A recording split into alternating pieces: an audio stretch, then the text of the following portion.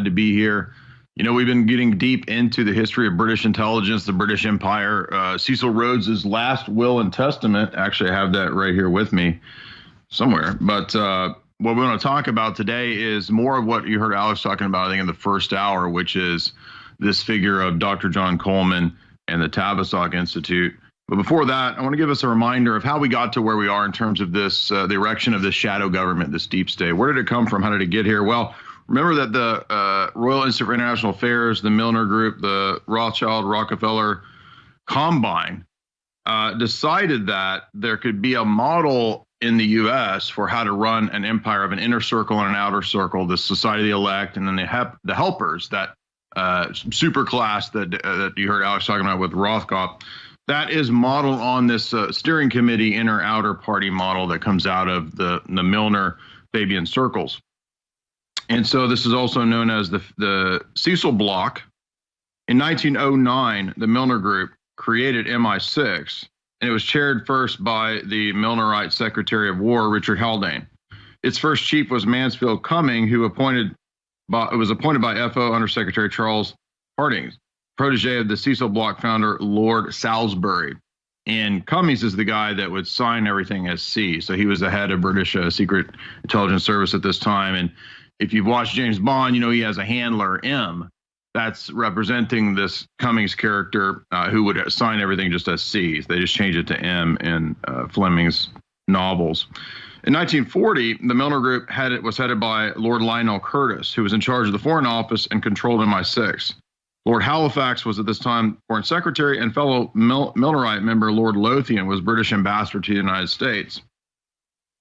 It was a part of the Milner Group's expansion when they set up an American station called the BSC, the British Security Coordination. This became a kind of black ops operation, and at this time they were concerned about the fact that the U.S. was still isolationist. Now, if you remember, isolationism was a term that the Tavistock Institute came up with to weaponize and to use groupthink to make Americans feel bad for not wanting to participate in foreign conflicts and European wars. So they began with Wellington House, the British intelligence warfare outfit back at World War I, coming up with this idea. That was Arnold Toynbee and other figures. And then they morphed into the Tavistock Institute that then utilized this technique of weaponizing words to make you feel bad, to make you go along with groupthink. And there was a famous figure, no, I can't find the book, but Walter Lippmann's Public Opinion book, which I had here with me somewhere. But Lippmann in 1920 wrote Public Opinion, and he wrote that several years before Bernays wrote Propaganda. Now, both of these texts, again, come out of the Tavistock Institute. So when we think of intelligence services and this kind of stuff, we think of them as doing James Bond stuff or policing and keeping America safe, fighting terrorists. And that's not really what these people do. They're engaged in culture control, culture war, in a bad sense, and essentially steering public opinion and steering people's thought processes, mainly through mainstream media. And so in 1920, Walter Lippmann wrote Public Opinion, and that was about how they could control the masses through polls and polling. Because through groupthink, nobody would want to be seen as an outsider, so everybody would opt for being part of the group. And so they utilized their intelligence assets and their people in media, all throughout media. So this idea of Operation Mockingbird, which comes out later on in the U.S. in the 70s, 80s, Woodward Bernstein, all that kind of stuff. That's actually an older British style of buying up and controlling the press. And so if you read Dr. Carroll Quigley, he talks about how the oligarchs, the super elite in the UK, they'd actually bought up most of the universities and the press.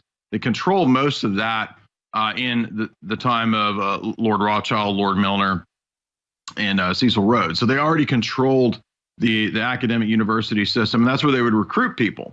So Oxford, Cambridge, Eton, London School of Economics, these are all entities created by, fostered by, and run by these groups, especially the London School of Economics, which is created by the Fabians, as we know. So this becomes recruiting ground, just like in the US, the recruiting grounds are Harvard, Yale, Skull and Bones. That's where we get the OSS and the CIA figures. But this British Security Coordination Office is really crucial. So when we come back, I want to talk about that a little bit, because that is the basis for how America was turned into a foreign policy police engine rather than a so-called isolationist nation. So this goes back to World War I and the failures of Woodrow Wilson for the globalists. He did get a lot of things done for them, but he also failed in certain ways. The origins then of the Woodrow Wilson administration, as many of you may know, is not really from a public consensus in the American electorate, right? There's a lot of evidence to suggest that, in fact, Wilson himself was perhaps sexually compromised. And so he had a handler, this figure named Colonel Edwin Mandell House. If you've read George Griffin, you know he talks about this. And House was an agent for this British inner circle that we're talking about, the Royal Society, Chatham House, et cetera. And they basically cajoled Wilson into this idea of setting up the Federal Reserve System and beginning to support the Bolsheviks. Because initially America, obviously at the grassroots level, didn't have any interest in supporting Bolshevism and the revolution in Russia. But British intelligence definitely did. And that's why the elites over there put a lot of money into supporting Trotsky and Lenin. And that's precisely why Woodrow Wilson granted visas to these people, right? They used things like the Red Cross as a cover to go and send aid to Trotsky and then to Lenin. And so this becomes a model for how this foreign group will subvert the United States government, which is actually still, to a degree, controlled by the people. To a degree, there's people being elected, and especially at the local level. And by the time of World War II, after the League of Nations fails, right, which that was underneath this administration, well, the Wilson administration, they wanted to have World War I to get the League of Nations, and that was supposed to be the initial Fabian socialist world government. That didn't work because the U.S. was still anti-policing, and it was anti-United Nations at that time, or anti-League of Nations, I should say. And they saw it as a way to subvert American sovereignty. And so then the elite decided that it's time to have another world war, and that's why Quigley talks about Schroeder Bank, which was also the same people at bank where Allen Dulles worked at, the Schroeder Bank, and worked with the Bank of England. And that's the same people that funded Tiny Mustache Man. So Hitler's funded by the same banking power, the same structure that brings the Dulles family to power, right, in the United States, which is essentially the Rockefellers. And this is the origin of why the OSS and the CIA had links and alliances, not just with Reinhard Gehlen and the Nazi network and the Operation Paperclip and all that, but it's also why they would aid and fund and work together with Mao and Mao's guerrillas. So Bill Donovan trained Mao's guerrillas and helped set up the Chinese Communist spy network. That was because David Rockefeller has always been a fan of socialism and communism and Marxism, because he's a Fabian socialist. And that's a doctrine of socialism, as we've seen, that reconciles Marxism with monopoly capital, specifically a position that is intended to work together, because Marx's original form of Marxism failed, right? There was no worker revolution. So now it switches into reform Marxism, and that's Fabian socialism. And that's the game plan model of the people at the CFR, at the roundtable groups, at the Milner Group, et cetera. That's their ideological game plan. That's why you had Blair and Clinton being proponents of the third way. Same idea. And Bill Clinton studies under Dr. Carroll Quigley at Georgetown. That's his mentor. His mentor to be brought into and trained in the ways of this system. So what we're talking about today, this Carroll Quigley stuff, this Milner stuff, Bill Clinton learned that in his college days or even earlier when he was recruited into this work. And so we get under FDR, as we said, the rise of the security state. How do we get this? Why do we get this? And who's involved in this? Well, it's key British operatives who are sent here from these British Royal Society elites to set up this shadow government. When we come back, we're going to get deep into that. You're going to understand how it occurred through sexual entrapment, national security state and apparatus, how this is patterned on the British model. If you go to my channel a couple of days ago on YouTube, I did a 3-hour lecture. And I did it because I found this excellent documentary from, it looks like maybe from the 90s. And believe it or not, it's actually narrated by Charlton Heston. And it's an excellent documentary, and I've actually found several of these, and they look like old History Channel documentaries. I'm not exactly sure, but They're great because even though they're just sort of mainline documentaries, you've got Charlton Heston on there explaining the whole history of how this all went down. So all this stuff that people think is, quote, conspiracy theory, they think it's made up, it's tinfoil hat. It's not theory, it's actually just history. This is a completely mainline history documentary series. I think it's called Cold War Espionage, something like that. But I did a whole 3-hour commentary on this video. You should go watch it if you want the deep dive, the really, really deep dive. Because Charlton Heston goes into detail about this British Security Coordination Office and how they sent over this curious, nefarious figure named William Stevenson. And he was a Canadian intelligence guy who was recruited ultimately by British intelligence. And they gave him an office at Rockefeller Plaza to set up this British Security Coordination Office. And the purpose was to ensure that the United States would be fully enmeshed and involved in the British side of World War II. Because even at this time, a lot of United States opinion was against being involved in another war. We didn't want another world war. And so people didn't want to be involved. So William Stevenson said, all right, we're going to have to set up a means by which we can bring everybody into this war. And the first thing they did was they got FDR and others to sign off on the OSS, which is this secret security service, this secret inner core shadow government, you could say, which would be operating in the style of the shadow government of the security services in the United Kingdom, in the UK. And this, again, where does this come from? People say, how do you get, this coronation, for example, with Charles? How do you link that to the World Economic Forum and corporations? Because it seems to me that aren't corporations and British monarchy and royalty, is it that antithetical? Wouldn't that be opposed to one another? No, the origin of modern corporations is the British East India Company. And as Alex mentioned in hour one, their merger with the Dutch East India Company. And out of those corporate governance models, that was really what was kind of the engine of the British Empire when the British Empire was at its peak, was this intercorporate government. That became the model for Cecil Rhodes to set up his British South Africa Company, which was basically a slave labor operation where you enslave the locals and you have a monopoly on diamonds, De Beers, et cetera. That's how the model of the Cecil Rhodes control structure happened.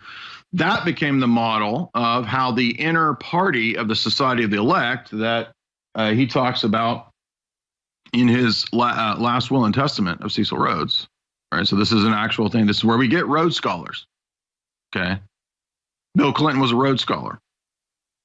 What is that? Where does that come from? It comes from Cecil Rhodes. And what was he all about? He was all about setting up what I'm talking about. The idea of a Anglo-American Atlanticist power block structure that would run the world. Now, a lot of people hear that and they think, well, that's what's wrong with that? That's us. That's us running. No, you understand that this is a super 0.01% technocratic banking and corporate elite that believe in Malthusianism. So it's nothing to do with you. It's not America. It's a inner party structure that uses these things as cutouts, as fronts. So you think about the mafia, using a laundry service or a garbage disposal service like Tony Soprano does. Those are cutouts, fronts, right, for something else.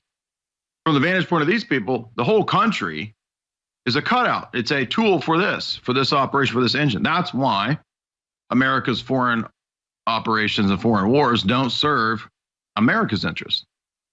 That's why things don't get better as we engage in more and more of this. Things get worse because it's nothing to do with benefiting a nation state. What's the lecture that the guy, the oligarch magnate, the Vanguard BlackRock magnate guy in the movie Network, Jensen? You remember when he gives that speech to Howard Beale? Because Howard Beale is the angry TV man who's going on these rants.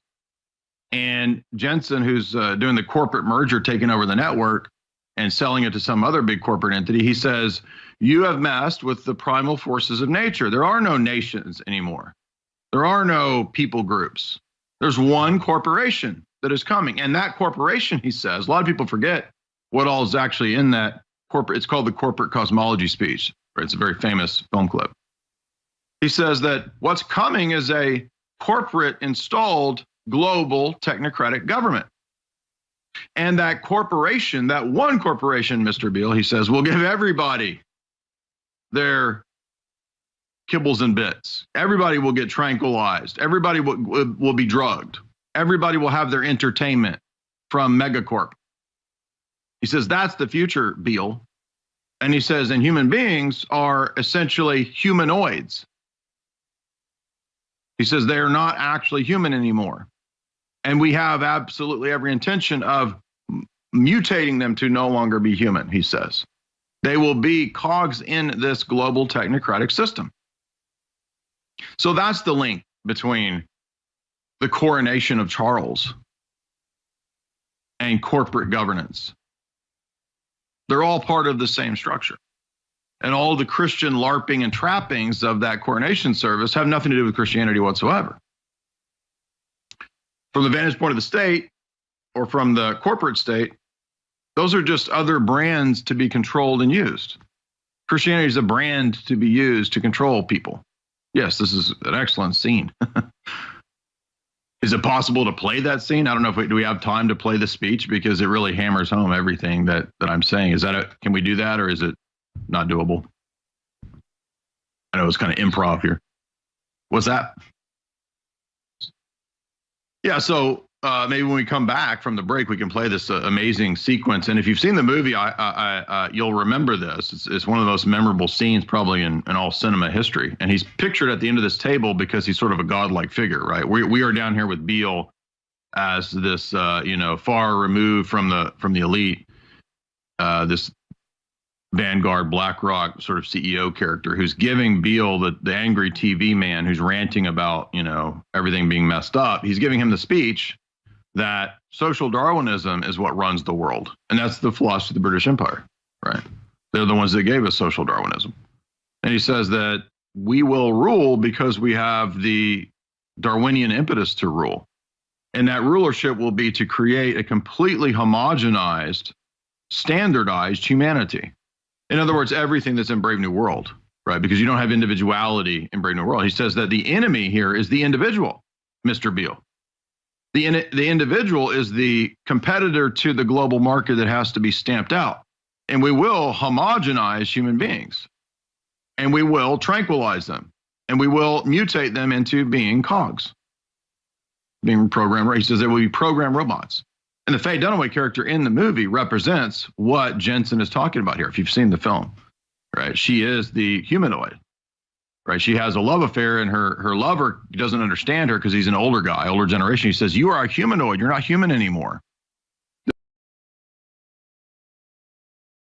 As you can see, the corporate cosmology speech actually lays out a Brave New World scenario. And this Brave New World scenario includes something akin to a Great Reset scenario, right? This is the idea where to bring about a total state of peace, global peace, we're going to have to get rid of a large portion of humanity. Now, that's not really mentioned in that movie. That movie's not about Malthusianism per se, but it is about a future technocracy that is coming that mass media serves as the engine to convince people of. And throughout the film network, the 1976 film, it actually portrays the media as a quasi-religious thing. Howard Beale, as you know, if you've seen it, he's kind of presented more and more as a kind of a TV preacher. Now, he's not actually preaching a religious theology.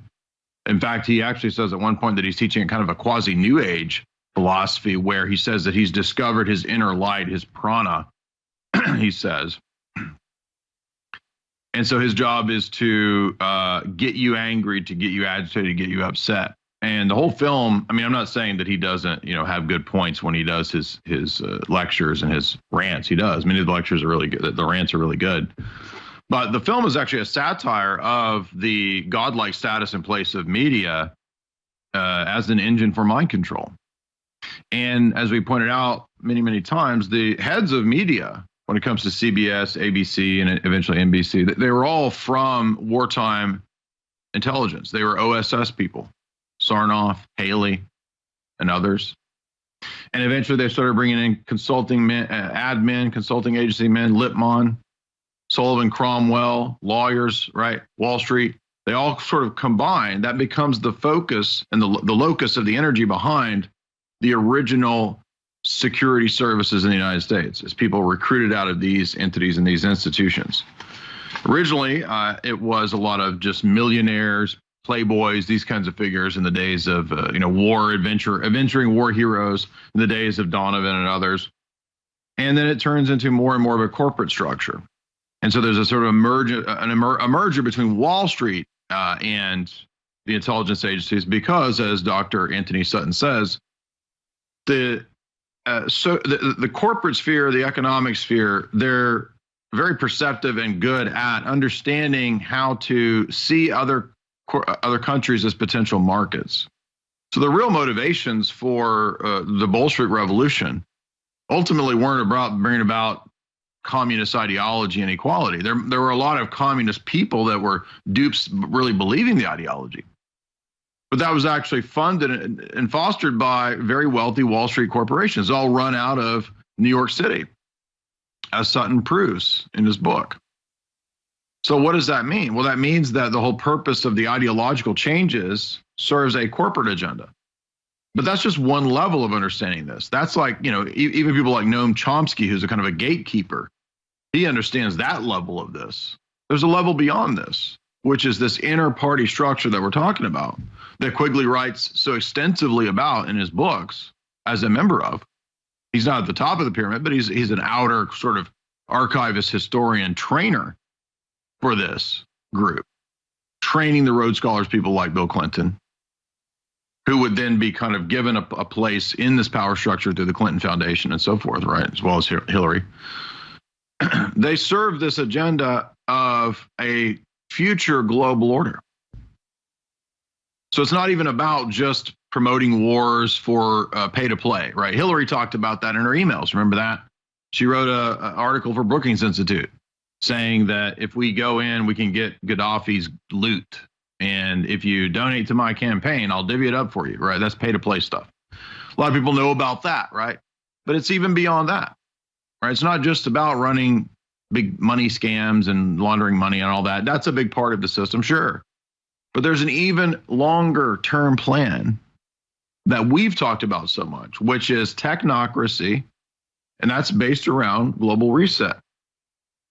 That is the Great Reset. That is what Davos, the World Economic Forum, promote publicly.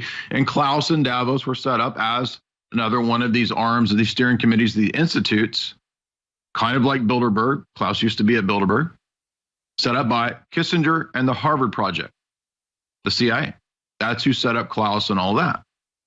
So when King Charles goes on Klaus's podcast, which he did a couple of years ago, and said, this is the opportunity here to grasp the Great Reset and utilize this COVID for Great Reset. That is the same plan. That's the same. Charles represents the head of His Majesty's Secret Service and the British Secret Service, which operates, not just in the UK, but also everywhere else, just sort of like the FBI operates domestically, and then the CIA operates everywhere else in the US. And this control structure is modeled in a very similar way to the British Empire because of what we were talking about, these agents and these people that were sent over to really help set up this national security state, which is more of a private shadow government answerable only to corporate elites and not subject to the laws of the land. And that's why there's so much corruption in the country, is that these are the people that are really kind of running and steering the country, not you, not the elected officials.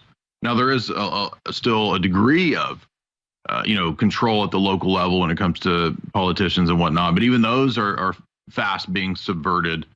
And I think there's a kind of a death knell sort of grasping when it comes to the election of the president. And we see some of that with people, reacting by electing Trump.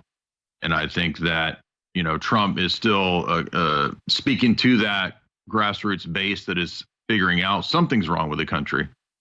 And even RFK Jr., right, is saying a lot of the same things that resonate with people that are figuring things out. So, what his motives are, whether he's going to be a viable candidate, I don't know about that. But, we see Trump capitalizing on the anger at his CNN event as well, really calling it out, and we hopefully Trump can continue with pushing through real stuff and not giving in to kind of letting the swamp run things. So, I would say that hopefully we can still see a glimmer of hope, even at the national presidential level, with the candidates that are at least speaking a lot of truth, right? And I think if we don't expect too much, we can't expect the president to really fix everything. But what's great is that even without the president being able to necessarily fix things, a lot of truth is coming out through both Trump and RFK Jr. And so I think that's the bright side of all this, is that they do get to speak a lot of truth. But you see this pageantry and all this was basically just a kind of more of a Masonic ceremony with Christian trappings. And you have all the other world religions there reading scriptures and doing prayers with Hindus and Buddhists and Muslims, and the standard sort of ecumenist approach to religion, not really Christianity, but with Christian trappings and pageantry and costumes, sort of a LARPing exercise. And if you know the history of the British elite, as Alex always points out, these are Saxe Coburg Gotha. They're not Anglo-Saxon, native Albion people. They, according to Charles himself, come from Romania. I'm not dissing Romanians, but this celebration here has nothing to do with anything that relates to the native British people, and that's why this family and these rulers have been disastrous for the native United Kingdom Albion people, and it's just really sad because these people are part of the corporate internationalist superstructure that we've been talking about, the oligarchical elite. And I want to add too that, if you go over to my YouTube channel, Jay Dyer on YouTube, you'll notice that at the very top is a deep breakdown of the movie Network, which we were referencing in the last segment. So if you want a longer deep dive, we go into depth on that. But right below that is my deep dive on the history of the intelligence services. So see that right there at the top, the real story of the intelligence agencies with that chick with the gun there. Go watch that, because that's a 3-hour breakdown of what we're talking about right now. This right here, this 3-hour breakdown. I go really deep into the Charlton Heston documentary that gets into the history of all this. And I want to remind you too that if you go to my website, there's my channel. If you go to my website, you can get this at the shop. See that shop button right there at the top left. You get signed copies of all my books. This is my 660 pages of all of my essays the last 10 years in terms of theology, geopolitics, the New World Order, philosophy. It's all in this 660-page book, and you get signed copies at my website. So all the copies are signed. And yes, I still have all of my older books as well. The Esoteric Hollywood is still there. So you can get part 1, the classics, part 2, going deep into movies, kind of like what we did with Network. So if you enjoy the deep dive that we did with the movie Network on my channel, you can also get deep dives into countless other films in those 2 books, and they're all signed copies. So again, this secret Milner, Rothschild, Rhodes inner circle clique of the British Empire that was the real powerhouse behind the British Empire. They were intent on bringing America back under its fold. And one of the things that Cecil Rhodes had an idea to do was he said, look at the Jesuits. The Jesuits have this sort of commitment to an international entity, the papacy, the Roman Catholic Church. He said, why don't we utilize that structure? And Quigley talks about this in the Anglo-American Establishment. There's a whole section where he talks about Cecil Rhodes using the Jesuits as the model. He says that, Rhodes realized that the Jesuits were a kind of international intelligence agency. The Vatican had this international intelligence agency operative for centuries, right? Even before the Jesuits, you could argue that the Vatican was kind of an international corporate intelligence agency. So maybe even the British East India Company is modeled on a kind of a prior corporate structure like the Vatican. And that's covered in detail in the lectures that we've done through the Operation Gladio book, the connection between the CIA, the Vatican, the Mafia, and the particularly the Vatican Bank, right, and the P2 lodges. Now, if you go into that lectures that we've done on that and on these books, you're going to see that this is how the world really works. It doesn't work as we think what's out there in public purview. It's actually run by wealthy people, and not just wealthy people. I'm not a communist or a Marxist. I'm talking about extremely powerful extremely wealthy people like these people. Now, I don't think Charles is at the top of the pyramid, right? You can find pictures of certain people above him putting their finger in his chest, telling him what to do.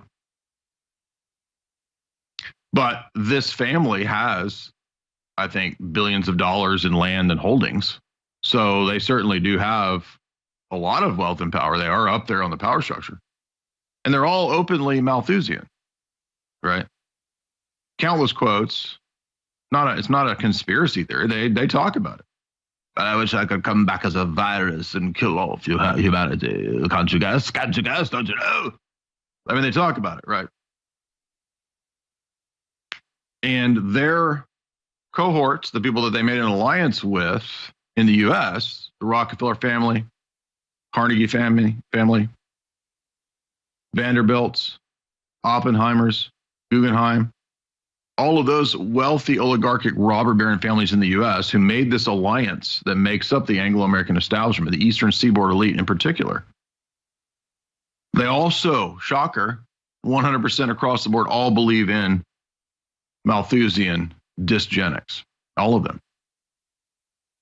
So that's how we get things like the last 3 years of COOF and this giant black ops operation of trying to get 1 billion people or more to take this experimental genetic therapy, quote unquote, bioweapon. It's because they're Malthusian. They have this attitude. And the people that run the corporations are all in the same groups as these people. That's why the people that go to Bilderberg go to Trilateral Commission.